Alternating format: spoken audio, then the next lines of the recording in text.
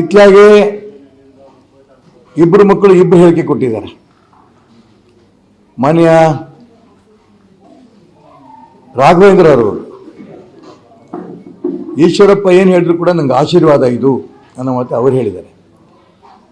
ವಿಜಯೇಂದ್ರ ಕೆಲವು ಸೊಕ್ಕಿನ ಮಾತಾಡಿದ್ದಾರೆ.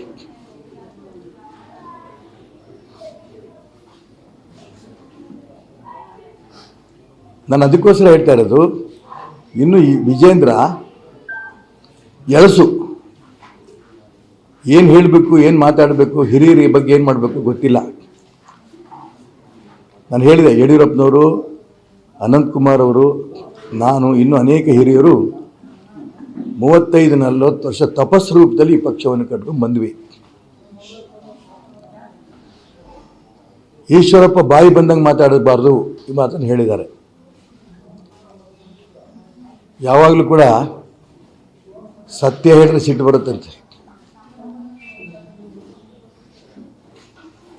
ಅಪ್ಪ ಮಕ್ಕಳ ಕೈಲಿ ಪಾರ್ಟಿ ಇಲ್ವಾ ಇವತ್ತು? ಎಲ್ಲ ಹಿಂದುತ್ವದ ನಾಯಕರು ಪಕ್ಕಕ್ಕೆ ಸರಿಸಿಲ್ವಾ? ಎಲ್ಲಿ ಬೇಕೋ ಅಲ್ಲಿ ಜಾತಿ ರಾಜಕಾರಣ ಮಾಡ್ತಾ ಇಲ್ವಾ?